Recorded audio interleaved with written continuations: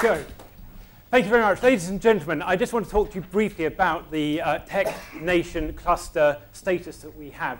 Last year, when Tech City produced its initial report, they identified 12 clusters around the UK, and Norwich wasn't on that list.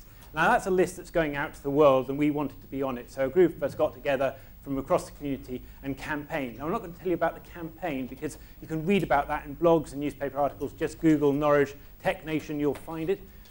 The point I want to make is that in February, when they released this brochure with 22 tech clusters listed, we were in it.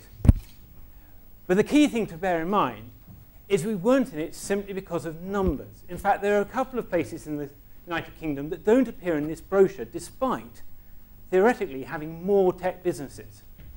The reason being is, although they've got the numbers, they don't appear to have the community spirit. They don't get behind campaigns in the way that our community did. The great thing about our community is that it goes back a long way. We've got companies that go back over 200 years. We've got research institutions. We've got two very fine education establishments in the UA and UEA. But we've also got a host of small groups pulling together, or growing groups as well and not so small, pulling together people from the tech, digital, creative space to share ideas and to nurture companies and to actually help that innovation incubation.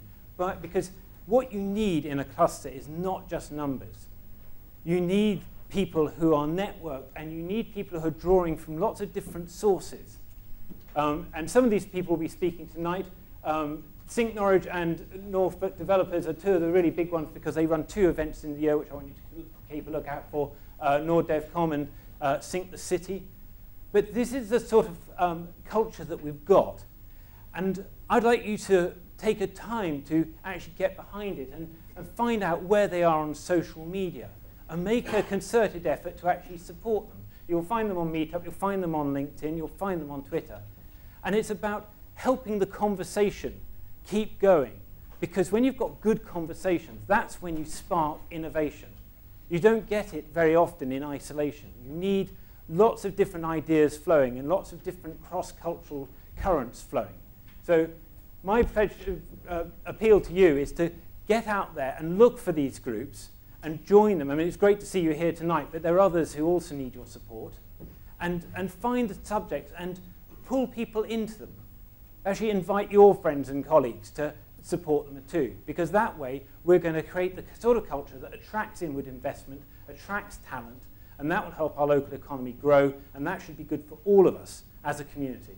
I hope you'll agree with that, and I'll leave you there. Thank you.